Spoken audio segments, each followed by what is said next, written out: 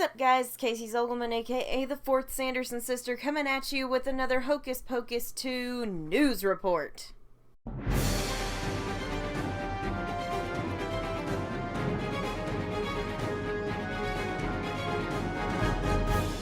So, Entertainment Weekly dropped some articles on us revealing new details about Hocus Pocus 2, the characters, the story, and why we aren't seeing the old gang. As always, I will link these in the description for you to read down below, so everybody get comfortable because we got a lot to talk about. Alright, to kick things off, let's just look at the article that I completely 100% saw coming, but no one would listen to me. Meet Hocus Pocus 2 cat Cobweb. Hey guys, it's not Binks. I think we can finally lay to rest that thought. It makes no sense that Binks would get dragged back from the afterlife from his happy ending for this movie. This black cat does not talk, as from the mouth of Anne Fletcher. So let's just check out the article. No talking cats, director Anne Fletcher exclusively confirms to EW, adding that she had some fun exploring ways to bring Binks back in another way.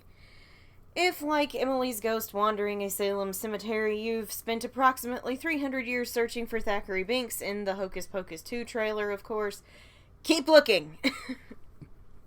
In his place, however, is another adorable black cat that EW can reveal exclusive details about. That's Cobweb, director Anne Fletcher tells EW of the cat who briefly appears in the teaser for the upcoming film. That's right, Disney's long-awaited sequel is set to continue. We already know all of this crap. I mean, it's not crap, but we already know this. With a new feline accomplice who belongs to a new series character, Gilbert, played by Sam Richardson. She's his kitty. Though she sports a similar black coat, Cobweb won't be endowed with Binks's curse. There are no talking cats in Hocus Pocus 2, Fletcher confirms. Instead, Cobweb takes up residence in Gilbert's occult attraction, the Salem Magic Shop, a converted store that occupies the same building the Sanderson sisters used to call home. Excuse me. It's been a long day. Still, Fletcher explains Binks might be back in more creative ways, though not in cat form, as EW previously confirmed that original voice actor Jason Marsden would not reprise his role in the movie. Fletcher calls Binks the heart for sure of the first film, which was why the sequel pays homage to his legacy via Cobweb, but also nods to his actual existence in an opening sequence set in the 1600s. Billy and Binks I wanted back, she explains of Winifred's zombified ex-lover portrayed by the veteran actor Doug Jones, we all love you, though she is hesitant to reveal just how Binks will reemerge in the film. We're having some fun with him, so we'll see. And then the rest is all stuff that we already know, or we will address in a different article. So there you go. It's not Binks. It isn't Binks. I have said this a bunch of times, yet no one believed me. Do you believe me now? It's not Binks. This, however, is a very adorable new kitty, and can we all just agree that Cobweb is now the cutest name for a black cat, except for my precious little bit angel Bellatrix, but she has a more regal name. Not to say I don't call her Doodlebutt all the time, but I digress. But don't get discouraged. As Anne said, Binks may be back in more creative ways. My thinking is we'll hear his family name mentioned in the beginning during the 1600s flashback.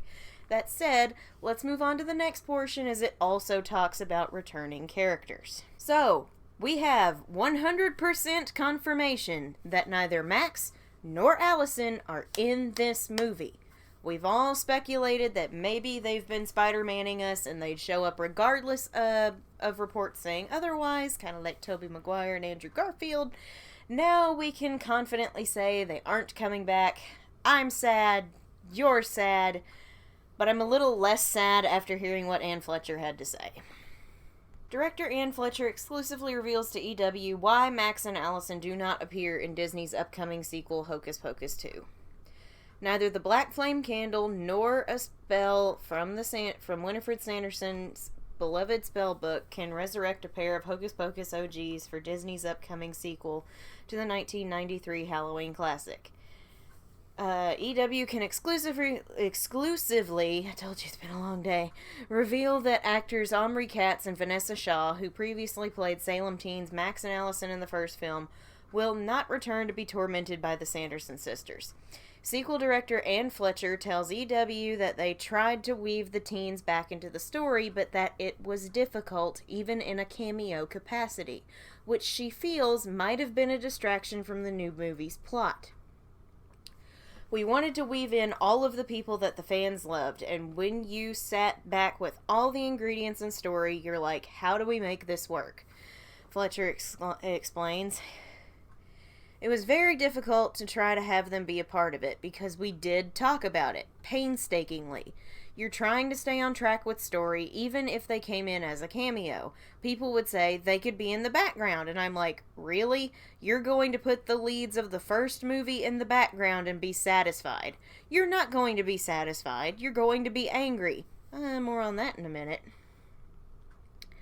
Outside of the, we already know that. In March, EW also exclusively confirmed that Thora Birch, who played Max's younger sister Danny in the prior installment, was initially considered for a supporting role in Hocus Pocus 2, but scheduling conflicts for her ultimately nixed role in Netflix's Wednesday series prevented her from joining. And the rest is stuff we already know. So, yeah. I agree with her sentiment. We keep saying we'd be satisfied with a cameo like the one I have mentioned a couple of times where they're walking down the street in the opposite direction as the new kids are running by with the sisters chasing them, and then they just keep walking because they're like, we're not doing that again. But let's be honest. Let's be honest with ourselves. She's right. We would be begging for them to have had a bigger part of the story the second we saw them. The fact that this crew took the time to think about how to work in our favorite trio of kids, now adults, is great. They wanted to bring them in somehow, but it just didn't fit with the narrative of this particular film. And that's okay. Not everything has to be Ghostbusters Afterlife or Star Wars The Force Awakens, where you see all these characters after so many years and the nostalgia just hits you in the heart. Not everything has to be like that. Yes, it's nice, but not everything has to be that way. I would rather see Max, Allison, and Danny not in the movie respectfully than just have them thrown in hither and thither for nostalgia. Like, that's not good. And before you bring up that godforsaken book from 2018, I will throw hands because you guys know how I feel about that. I have great respect for these characters. And hey, they got their happy ending. Let them have their happy ending. That's how I feel about this. And it's how I felt with Binks. They got their happy ending. Let them be happy. Let them be happy. They've had a normal life for so long. Just let them have it. My thoughts is Max and Allison got married and they moved to LA. Max has always wanted to go back to LA. Max probably packed her up and moved her to LA. Danny, we don't know. But who knows? She might have gone too. Or she could have stayed. But since that book is not canon, I think Max and Allison moved to LA. And I'll be honest with y'all, it's really grating on my nerves how there's a lot of people on the internet, I am one of these people on the internet, but not one of these specific people, spewing, oh, they're ruining the film by not bringing them back. This is gonna suck. How can they think we'll be satisfied with just the Sanderson sisters alone? The new cast is terrible. The movie isn't even out yet. Chill out, for the love of all that is spooky. Once again, I'd like to remind everyone, we are lucky to be getting this at all. We are extremely fortunate that the Sanderson sisters did come back. Chill out. I'm disappointed we don't get to see Max, Allison, and Danny. I am. I promise you, I am sad they are not coming back.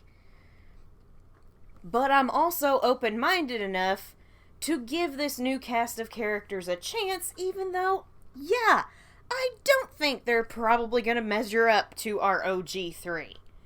Give it a chance before you pass the judgment, for the love of Pete! I suggest we form a calming circle. I'm still excited, guys. I'm still excited, even though I'm a little bummed out we won't get to see them. But the movie's not even out yet. We got 29 days.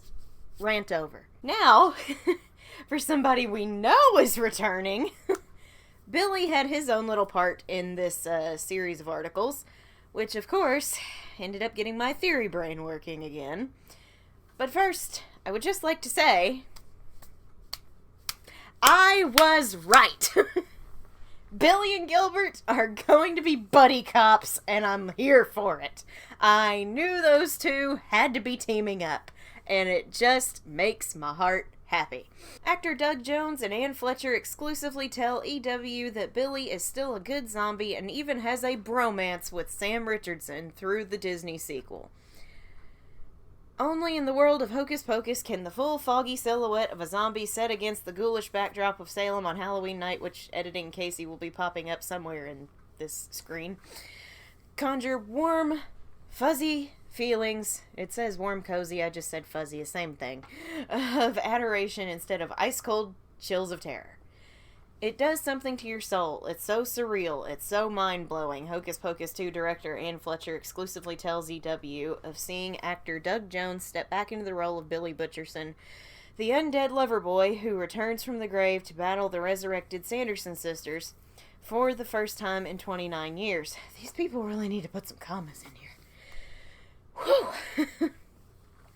He's in a moment of betrayal in the scene, so you're looking at this beloved character in such a way who's been hurt, and it blows your socks off. I'll never forget that. More on that to come. In other words, there's a little more than ancient mods flowing from his decrepit lips, and definitely more heart beating, or, well, not beating, depending on how you look at it, in his chest. I was really happy that Billy comes out of the grave talking, Jones says of the tortured, kind-hearted corpse he portrayed in Disney's 1993 original. Can y'all just... I get it, you're probably paid by the word, but can you just shorten some of these sentences? You're killing me. And he definitely has more to say this time around. It is seamless between the first movie and the second. That's the first thing I felt. It keeps the pureness and nostalgia alive and well for those who grew up with the movie. And for any new fans we're gathering now, we'll be excited about modernization for the current time we're in, he says, later adding, Billy came back to me immediately. It was frightening how he's been alive while I've been playing other characters all these years. But Billy's like, I wanted my chance again. And we're glad he's getting it. That chance begins in Fletcher's sequel as Billy's eternal slumber is interrupted after a brand new group of teens, I'm not reading all their names, light the black flame candle, ushering in a new reign of terror on contemporary Salem at the hands of the witchy trio. Again, we know who they are, I'm not reading their names. Jones confirms that Billy is still a friendly zombie and that his backstory in the sequel further fleshes out the soul hiding behind his decayed flesh. His hatred for the witches puts him on the teen side, Jones says, promising that fans will get a clearer glimpse into his past relationship with Winifred back in the day before she poisoned him on May 1st, 1693 for cheating on her with Sarah. I am so excited about that, you guys. I am so excited. Later, Billy is still looking for love, albeit in a platonic sense. He finds it, Fletcher says, in what those who've seen the film have dubbed a bromance between Billy and Gilbert, the owner of Salem Magic Shop, and we know what it is. It's such a sweet, special little relationship and side story, Fletcher observes. Jones likens it to their own little buddy film going off on the side as the movie plays out, which he hopes fans will find to be as charming and lovely as he does. Alright, before I finish reading this, I don't know how many of y'all watch Star Wars. And I know this is one of the most hated freaking arcs of Star Wars The Clone Wars, but it is honestly one of my favorites, because it's the buddy cop film of Star Wars that I needed. If this is anything like when Mace Windu and Jar Jar Binks got together as a buddy cop team, I am going to be over the moon. because that was good TV. I know a lot of people hate Jar Jar. I know, but it was fun. It was so fun. And if I get anything similar to that dynamic, I'm gonna be just over the moon. Sorry. It's endlessly amusing, even to Jones, that people have such warm affection for what appears, on the surface, to be a visually horrifying character. But he says the Millennial crew members all shrieked with joy when he first set foot on the Hocus Pocus 2 set in costume. Seeing himself back in Billy's 1600 garb, Jones too squealed internally, but for entirely different reasons. He was pretty decrepit to start with, and I come out of the grave looking exactly like 2 minutes have passed. He remembers noting that Hocus Pocus makeup artist Tony Gardner reprised his role behind the scenes for the sequel, as did producers David Kirshner and Stephen Haft, composer John Debney, and, well, Jones's wig. It was the exact same wig they had on a dummy on display for 29 years. They put it back on my head in the same style. It didn't even need a touch-up. The costume was rebuilt to be the same as the first one, so I looked exactly the same. Jones finishes, it was so nostalgic for me to look in the mirror and go, you're 30-nothing years old again. In Billy's case, it's more like 300, but who's counting? I'm so excited that he's coming back. Doug is a wonderful human being, and I cannot... I'm going to Horror Hound Weekend in Cincinnati next week, right? And I get to meet Doug Jones, and I am so excited. I'm so excited. He's going to be so cool. Oh my gosh. So, now let me do a piece on Billy before I hit the final part of this video.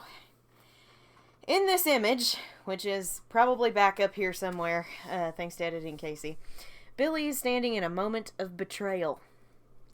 But who is the betrayer? It can't be the witches because they wouldn't resurrect him again after the events of the first movie. They know he's a traitor. Why would they bring him back? It's clear he still really hates them, so he shouldn't feel betrayed by them, right? Well, not exactly. I think he's hurt by one of the Sanderson sisters, not them as a collective whole. The hurt in his face is likely caused by Sarah Sanderson, and before you ask, yes, it breaks my heart too. Not to say that she didn't love him, as I've theorized based on the clip from the non-canon reunion show, but that she ends up choosing her sisters over him. Especially after everything Winifred has done, how could she choose her over him?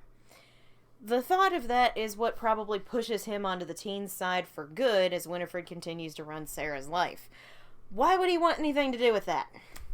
Now, I will go ahead and say, it is entirely plausible that Sarah never truly loved Billy in the way he did her, but I think we've got enough clues from the first one and another piece of memorabilia that I'll be doing in another video to give us some clues, that is not the case. That she really did like him, and she really did love him. However, that doesn't mean the two won't have to choose sides in the end, because they will, and ultimately it does pit them against each other. I think Billy's just gonna have to put his feelings aside, as much pain as it would cause him, and just look at her as a lost cause no matter what. That said, I think his adventure with Gilbert is going to be something to see, as we can gather that Gilbert is obsessed with the Sanderson sisters. Maybe Billy will help him see that the witches aren't the good guys he thinks they are. Maybe Gilbert will help Billy move on from the past. Maybe a combination of the two. It's a buddy cop bromance, and I'm living for it. But we also know that we're going to learn more about Billy's past in this film, and I'm so excited. I am so excited to get the full story on what happened. Spill the tea. I am so sorry if you just heard the race car or motorcycle or whatever just went down my street. That was obnoxiously loud, sir. Alright, so let's talk about the last part of this entire hoopla of Entertainment Weekly stuff. Obviously, we have known for several months now that we're going to see the origin story of the Sanderson sisters in the first several minutes of this film. We know we're going to see Taylor Henderson, Nina Kitchen, hi Nina, and Juju Brenner as the young Winnie, Mary, and Sarah, respectively. But there's a new question that has been raised during this time that has led to several debates on different pages. Were they always witches? Director Ann Fletcher exclusively tells EW there are some wonderful surprises in the mythology of the central witches in the sequel's historical opening sequence. Okay. It starts with Sisters, gather around.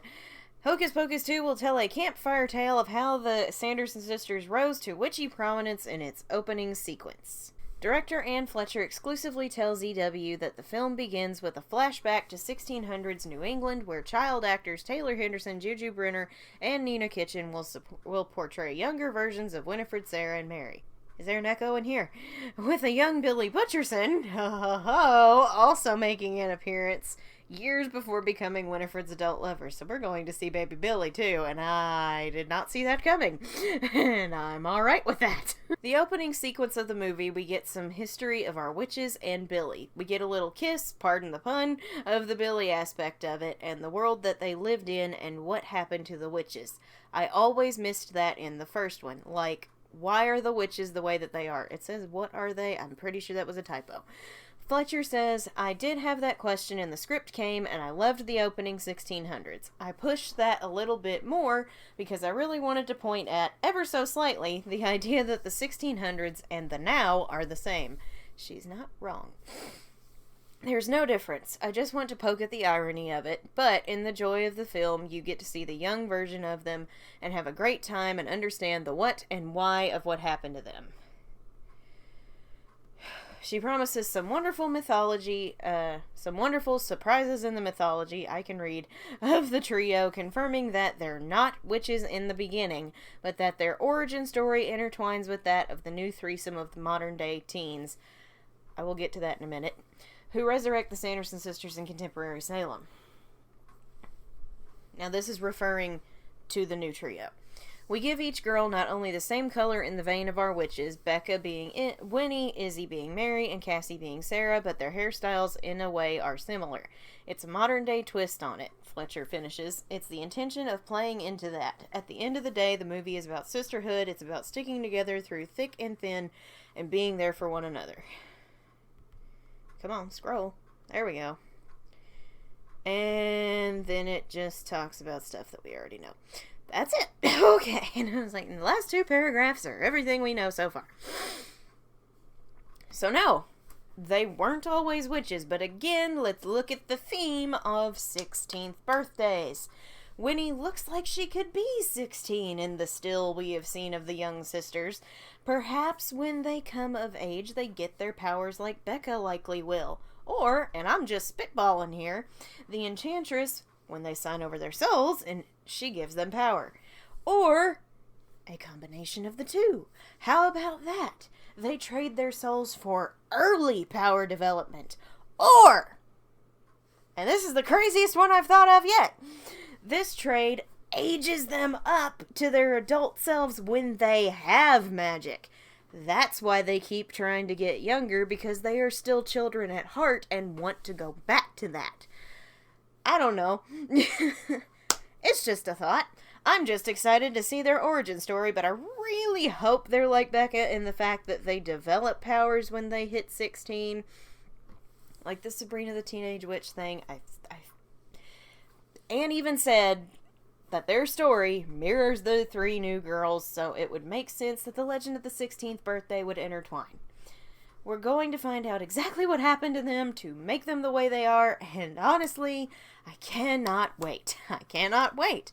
I have had so many theories on this, and I'm just ready for answers. We've got 29 days. So that wraps up everything from EW. What do you guys think of the articles? It was one article in the physical magazine, but it was like four different ones online. Blah. Let me know in the comments down below what you thought. As always, if you're new to my channel, please remember to drop a like and subscribe if you haven't. It's free. It helps me, and what helps me helps you guys get more great content like this. I'm hosting a live stream event on this channel on September 29th at 7:30 p.m. Central Standard Time.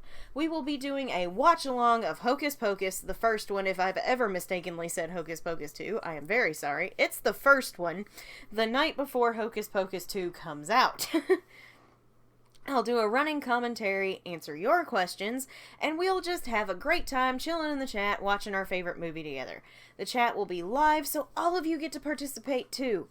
That said, if you can bring this channel to 1,200 subscribers by September 15th, I'll dress up as one of the Sanderson sisters for the live stream. But you won't know which sister until you turn on your computer or I turn on my camera, whichever one happens first. If you're a regular on this channel, please remember to drop a like and share your thoughts on this topic down below. Thank you guys so much for watching. I'm Casey Zogelman, aka the 4th Sanderson sister, and I'll see you witches and wizards later. I am